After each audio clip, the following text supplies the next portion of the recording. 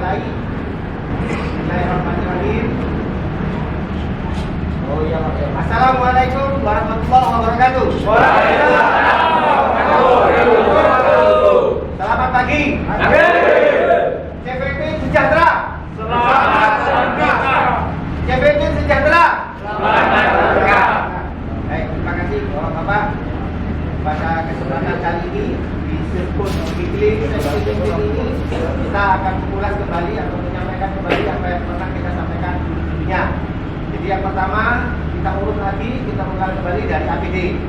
Jadi bapak-bapak sekalian, perlunya menggunakan APD adalah untuk keselamatan diri, untuk keselamatan badan kita, untuk keselamatan hal yang sangat kecil sekalipun agar badan kita atau tubuh kita tidak terluka dan tidak mengalami celaka saat kita bekerja. Itu yang pertama. Yang kedua, untuk mengetahui bahwa kita adalah pekerja yang berada di lokasi bekerja. Jadi yang membedakan nanti kita dengan orang kata kita berada di pasar dan banyak dilalui ramai orang.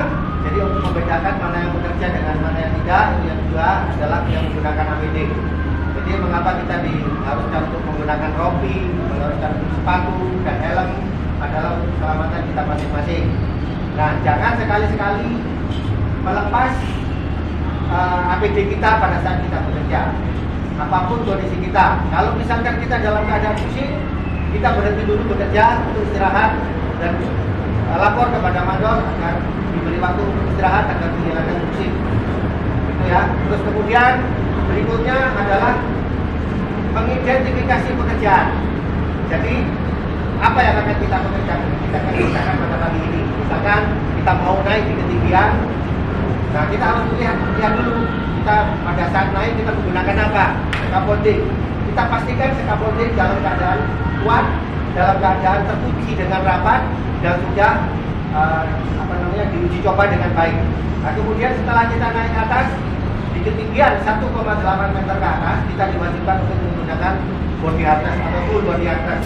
Jadi jangan lupa bapak-bapak sekalian untuk selalu menggunakan full body harness apabila kita bekerja di ketinggian apapun itu. Yang berikutnya adalah mengidentifikasi si bahaya. Masih dalam hal itu kita sekarang sedang mengerjakan pertama pengelasan, kemudian pengecatan, kemudian ada lagi bekerja di ketinggian, memasang talang dan sebagainya. Tolong diingat, di sini ada potensi bahaya nggak gitu ya.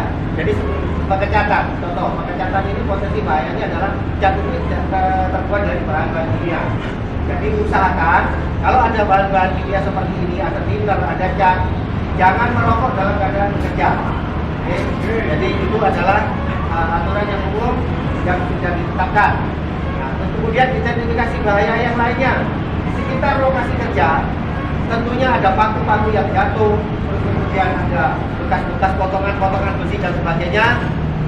Tolong nanti diidentifikasi. Kalau menemukan paku atau menemukan apapun yang dapat menusuk kaki yang dapat diinjak, tolong dipinggirkan, ya. Nah, terus kemudian sampah-sampah ini juga termasuk dalam keselamatan. Kita nggak akan nyaman, kita nggak akan tenang kalau kerja banyak sampah di sekitar kita. Tolong dipikirkan, tempat sampah sudah ada di sebelahnya direksi KIP. Di sana semuanya sampah-sampah plastik dan sebagainya, bungkus-bungkus habis makan, habis minum, tolong dibuang pada tempatnya. Dan jangan lupa kalau bapak-bapak lewat ada sampah, tolong dipikirkan, tolong diambil agar tempat bekerja kita menjadi bersih. Baik, terus kemudian apabila terjadi bahaya, kita sudah pernah belajar untuk menggunakan apar. Menggunakan apar pada saat kita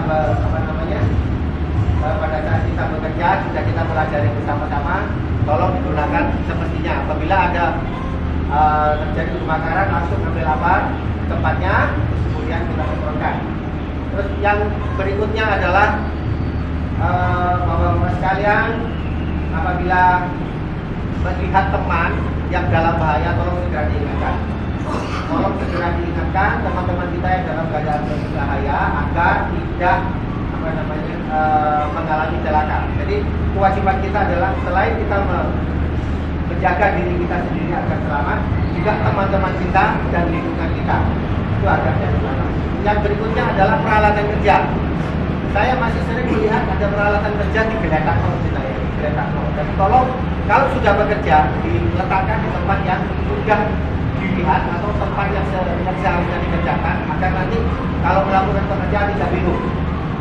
Nah, kemudian yang tidak kalah penting lagi adalah koordinasi antar pekerja, baik itu pekerja baja, baik itu pekerja masang lantai, pekerja koordinasi. Jadi mana-mana yang bisa dilewati, mana-mana yang tidak. Walaupun jalannya misalkan cuma satu, tanya dulu pada yang bagian masang tackle. Ini sudah bisa dilewati apa belum? Jangan sampai kita menghambat pekerjaan hanya karena kita lewat di tackle yang baru dipasang, kemudian tackle-nya ambles lagi, dan itu akan menghambat pekerjaan. Kita akan mengulang lagi nanti, merapikan lagi, brodoli lagi, masang lagi. Nah itu akan menghambat pekerjaan. Menghambat pekerjaan adalah juga salah satu bagian dari yang harus dihindari di ketika. Jadi keselamatan kerja ini juga termasuk keselamatan barang, keselamatan manusia, juga keselamatan kerja, dan harus mematuhi metodologi kerja. Artinya setiap yang diperintahkan oleh mandor masing-masing, baik itu baja, baik itu sipil, tolong dipatuhi dengan baik agar pekerjaan dapat berjalan dengan cepat. Ya, karena metodologi kerja dilanggar akan menghambat yang lainnya. Dan seperti itu, kemudian yang lainnya adalah pada kesempatan kali ini kita ingin bahas pada saat kita beristirahat, tolong perhatikan kembali kalau pada saat beristirahat dibantu sebelum istirahat, maksud saya sebelum istirahat dibantu untuk kembali membersihkan sampah-sampah dan sebagainya yang kita rasakan.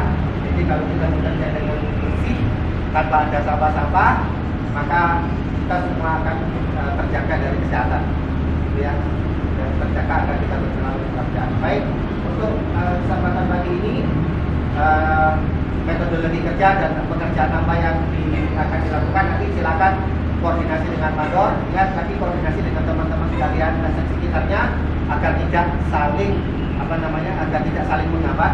Tanyakan apa-apa yang sudah bisa diinjak atau bagaimana saya bisa lewat sini atau tidak, karena memang kondisinya seperti ini. Jadi koordinasi, komunikasi dengan teman-teman yang lain itu sangat penting. Dan kalau ada terjadi sesuatu segera lapor. Oke. Terima kasih bapak-bapak sekalian. Kami cukupkan sampai di sini dulu untuk review di weekly safety meeting pagi ini. Terima kasih atas kehadirannya yang menjadikan kita adalah proyek percontohan, ya. Jadi pada hari ini kita sudah mencapai target lebih dari 70%. Artinya kita sudah melampaui target dan kita sudah bekerja dengan baik. Terima kasih semua atas kerjasamanya. Oke, untuk mengakhiri ini, mari kita berdoa menurut agama dan kepercayaan masing-masing. Berdoa, silakan.